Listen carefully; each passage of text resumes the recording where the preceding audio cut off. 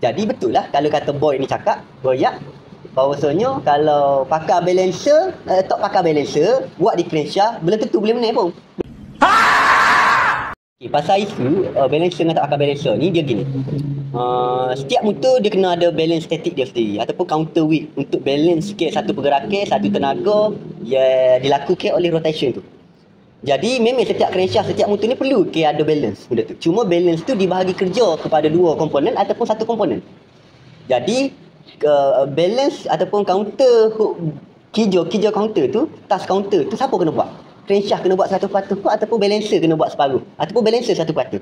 Jadi betul lah kalau kata boy ni cakap, royak, bahawasanya kalau pakar balancer, tok pakar balancer buat di crankshaft, belum tentu boleh menang pun. Belum tentu derah pun motor. Sebab apa? Semua kijau dari segi combustion punya kijau, tekanan stroke pertama sampai stroke keempat, crankshaft juga buat kijau, rotation nak bagi energi, nak bagi tenaga, tok dekat primary, reduction balik jika gearbox, semua crankshaft kena buat. Jadi apa kata kalau kijau counter weight tu diberi kepada balancer asing, external balancer.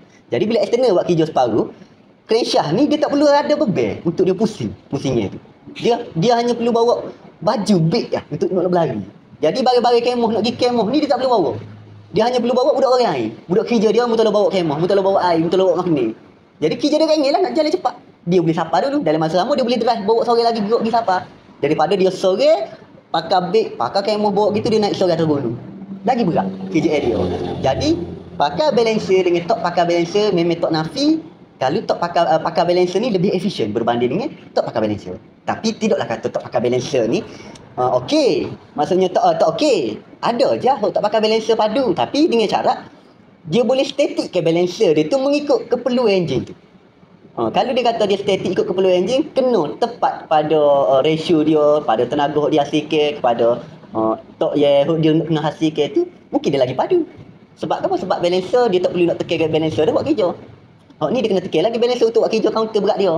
Jadi bergantung kepada skill, cara kerja, kualiti statik sendiri. Jadi kalau boy royak tak pakai balancer tak ada perkembangan tu memang setuju majoriti. Sebab jarang nak boleh jumpa orang betul-betul pandai buat static balancer. Kebanyakannya shock sendiri disebabkan dia pula tak gerak. Kalau kita tanya berapa newton, berapa micronewton untuk ditekan supaya dia tidak berputar, dia pun tak boleh nak jawab. Kecuali pakai mesin lah. Pakai elektronik, pakai satu mekanisme untuk nak kena pasti static hook tidak balance tu berapa. Itu mungkin betul dia boleh kata crankshaft aku tak static dah. Memang kita ada formula macam mana kita nak kira balancing factor. Jadi bila kita kira-kira kita dapatlah antara 70 ke 80% balancing factor punya balancing tu. Tapi 70 ke 80 tu tetap tidak tepat pengerek hook sebenar mengikut beban dia, mengikut saiz dia, faktor aerodinamik dalam tu, banyak faktor mempengaruhi pergerakan, density, faktor engine type, vertical ke slip engine ke, tu benda-benda tu mempengaruhi counter weight belakang. Jadi soal kalau nak pakai balancer ke tak pakai balancer ikut mana-mana.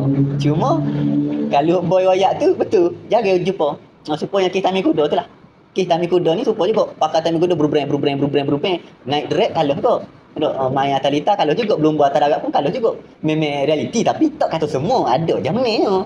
Ada je pandai bisa. Spek 63 boleh naik 13, baik korang pakai standard punya. Boleh naik 13, 14 lagi better. Motor standard kilang tapi boleh pergi 120 saja. Masalah RS dan RSX, jom kami bantu pulihkan top speed anda.